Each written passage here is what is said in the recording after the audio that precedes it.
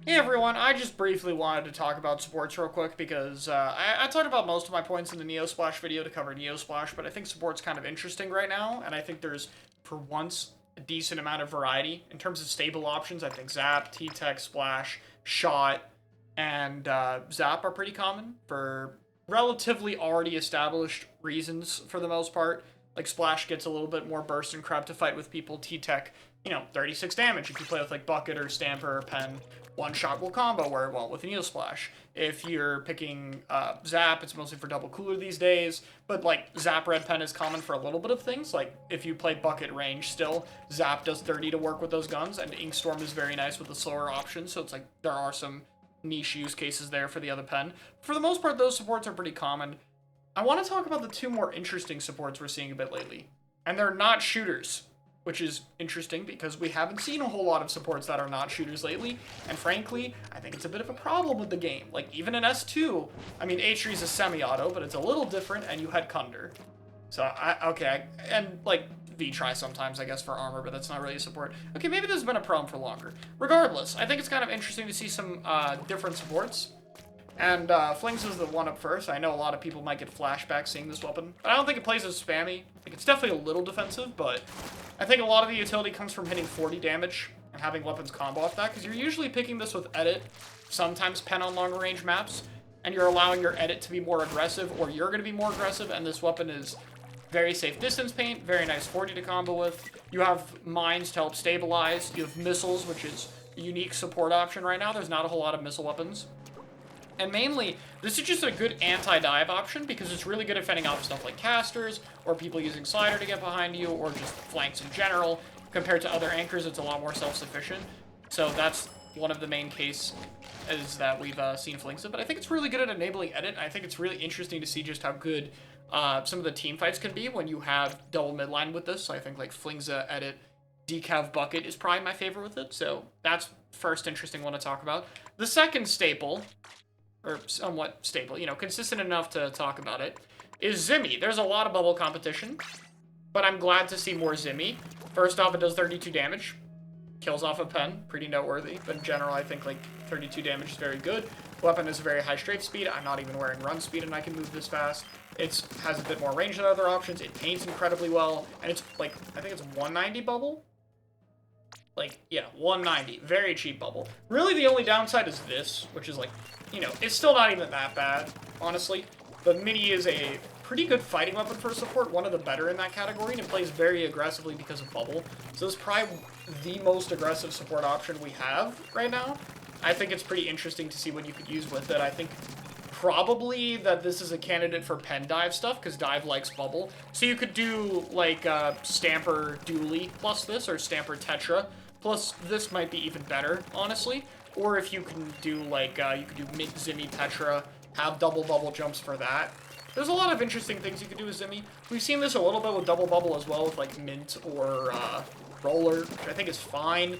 But I think if you're doing double bubble with, like, Roller or Mint involved, they're better at just stacking with themselves. But I think Zimmy's very interesting for pen dive, which is kind of where dive has gone. It's straight away from the rapid stuff pretty fast.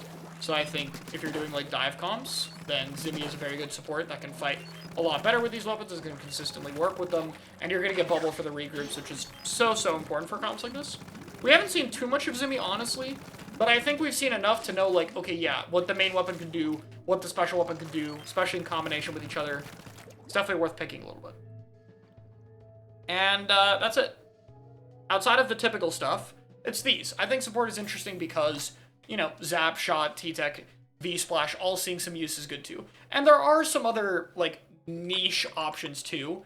You could argue Junior is still a thing, though I'd argue it's very difficult to justify picking it when Mint also has a bomb and can also paint decently. I know it's not the same thing, but it's already hard to justify Junior, and one of Junior's best arguments has been, okay, but I have a bomb, though. But now we have another bubble weapon with a bomb. Custom Junior has been a Flounder Zones thing because Wave is really good at denying people from climbing up walls, and Torp is really good at denying people from climbing up walls, and they cover sharks.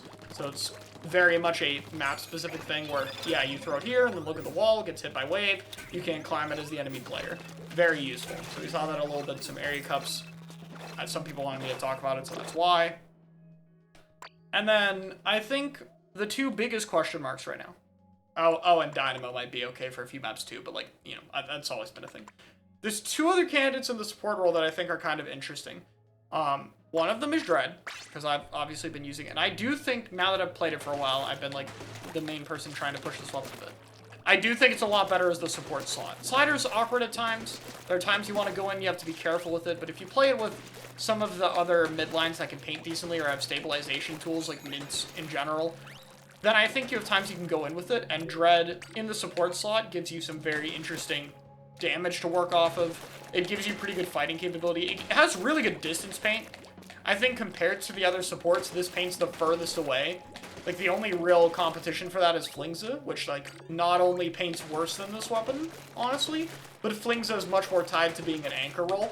This can still fight and be kind of aggressive. In fact, I could even say you could run this with the short-range weapon if you want, but I have a whole video on this weapon that's probably out before this one, so if Dread ends up working out, which maybe, I don't know, I think it could be worth it, then Dread would be a very interesting one, another non-shooter. And the other one is Reflux. Both of them, honestly. And it's worth saying, in Turf War, this is a very real weapon. In Turf War, this is not theoretical, this is a good support in Turf War. This kit is very good. Another potential missile option. But I think in comp, the Slider one is honestly probably a little bit better. It has the same issues I talked about with Dread, where, like, it's trying to be aggressive at times.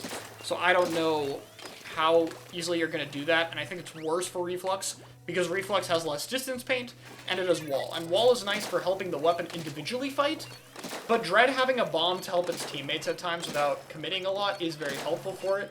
That being said, I mean, Reflux charges fast, it kills quickly. If you miss, you still do 90 or 45, taps are 30, like, the damage numbers are very good on this thing. I could see it. Like, especially as an anti-bubble weapon, I think the Slider one is solid, but I think it is very difficult. I think Dread has a lot more simple things you can play to at times. I think Dread is difficult as well, but if you're, like, fishing for small amounts of damage, there's, like, more reliable things you can do. This weapon's just very committal. Like, you just gotta hit shots at some point, play aggressive, and that's tricky to do. So we haven't seen too much of it. It's made, like, top 4 in an area cup before, but not too much further than that. It's mostly just been this kit for making it a little more consistent. But I could see either of them. This one's more out there. There hasn't really been any Reflux developments recently, but I think I should mention it. So, yeah, that's, like, all the support stuff right now.